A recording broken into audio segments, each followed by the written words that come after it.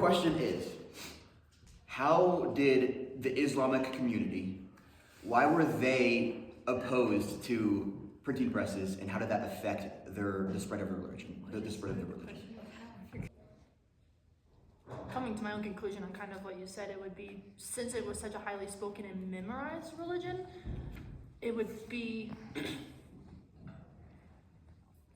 almost, like you said, sacrilegious to try and print it, because it takes away from the whole purpose of your religion in a way. It's defiling it by making things, I don't know, easier. Like just giving it out, it's just like, you don't need to work for this now. You need to work for your knowledge. Instead, you're just given it instantly, whether you feel like memorizing it or not. Therefore, it kind of defiles the whole purpose.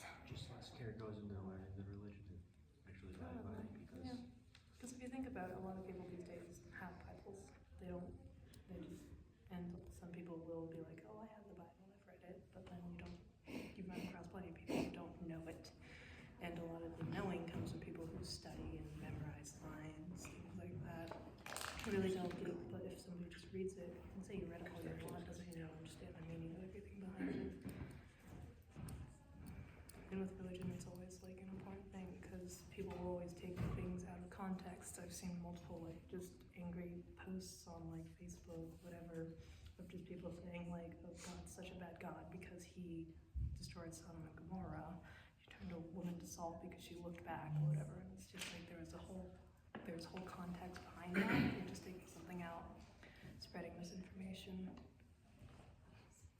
Yeah, I think there's something we can really learn from this as Christians, being Anglican. Of course, we have a very liturgical service, and it's really kind of sad to go there every week and see these 70-year-olds, that have been in the church for a long time, still reading from the book. The liturgy doesn't change, but they're still reading from the book.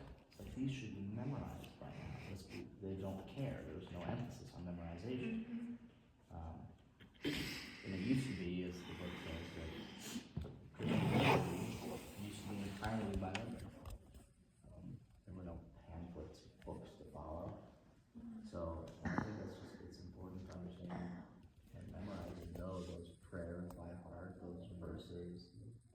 It's definitely.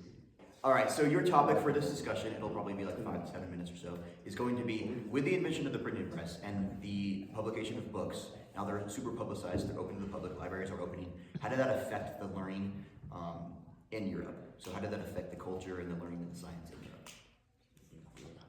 This is going to be covering like 64, 65 in the book. Yeah, I would say that it probably made knowledge more widely accessible, but it also brought down the value of, say, knowledge or books, because if everybody has that knowledge, then it's not as valuable. Well, what do you mean knowledge is so valuable? Well, yeah, knowledge is valuable. But it's not as books, rare. Yeah, it's not as Other books rare.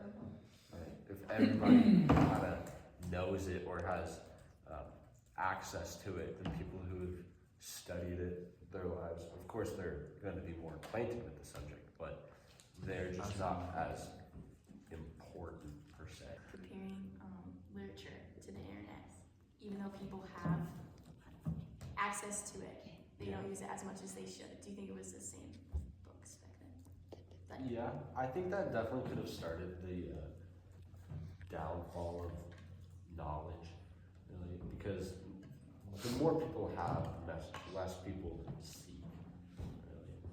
Like if you have just a room full of things to do, you're not going to go out of your way to find somebody else to hang out with and another thing to do. And I think that's true with the knowledge. We started opening up the library. They started opening up the libraries to people. And at that time, knowledge was very valuable. Like it is today in some countries, how kids will walk 5 miles just to get to school. Now it's a blessing to be able to go to school. And so I think it definitely could have influenced the downfall of knowledge per se. So do you feel like knowledge has lost its power? Because there's like that saying, knowledge is power. Yeah, now that you can just Google anything with a few touches of buttons, you don't really need to be informed lot of things, unless it's for your specific job or hobby, whatever it is. But nobody seeks, nobody goes out just to want to learn.